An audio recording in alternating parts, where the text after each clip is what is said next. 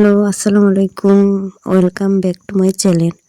আজকে আমি দেখাবো কলার একটি দারুণ রেসিপি। তো সবার ঘরেই কলার থাকে।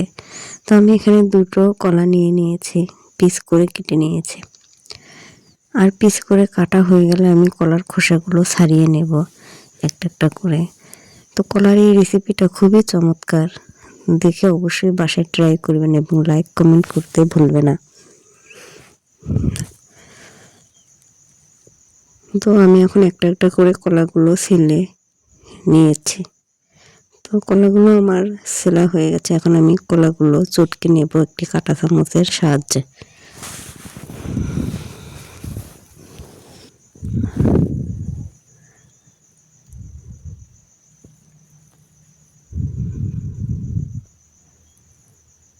তো এখন আমি কাঁটা চামচের সাহায্যে কলাগুলো ভালোভাবে চটকে নিয়েছি। চটকে নেওয়ার পরে এখন আমি এগুলোতে অ্যাড করে দেব 2 কাপ পরিমাণে আটা। তারপরে আমি এখানে অ্যাড করব 1 কাপ পরিমাণে চিনি এবং হাফ চামচ লবণ দিয়ে দিলাম। তো 1 কাপ চিনি দিয়ে দিলাম।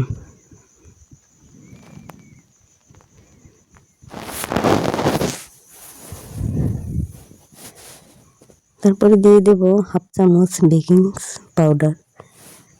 এখন আমি এটাকে ভালোভাবে মাখিয়ে নেব।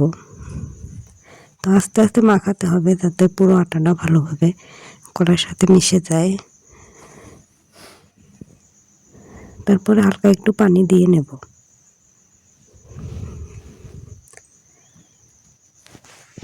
তো পানি দিয়ে আটাটা আমি ভালোভাবে মাখিয়ে নিয়েছি। তো দেখো আমার মাখানোটা আমি অনেকক্ষণ ধরে মাখিয়ে নিয়েছি। ভালোভাবে অবশ্যই মাখাতে হবে যাতে পুরোপুরি নরম হয়ে যায়, আটাটা একদম মিশে যায় কলার সাথে। এখন আমি এখানে দিয়ে দেব 2 মুঠো চিড়ে। চিড়েটা না দিলেও হবে এবং আমি যে বেকিং পাউডারটা দিয়েছি এটা না দিলেও হবে।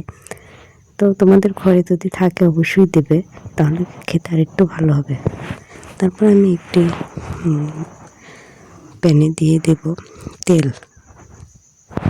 তো আমি এটা সয়াবিন তেল দিয়ে দিলাম। তোমরা চাইলে অন্য তেল বা ঘি দিয়েও ভাজতে পারো।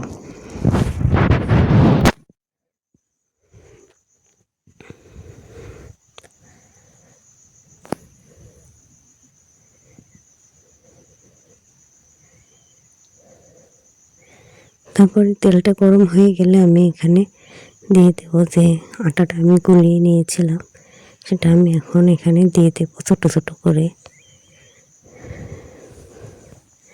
আর এই পিঠাটা খেতে এত মজা এবং এত সুস্বাদু, তোমরা একবার খেলে বুঝতে পারবে।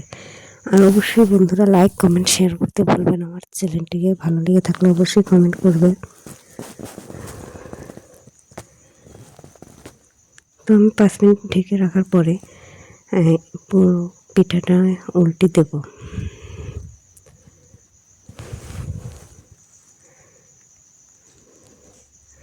দেখো যে পিঠাটা আমি দিয়েছিলাম সেটা অপর দিকে লাল হয়ে গেছে। এখন পিঠাটা উল্টে দিয়েছে।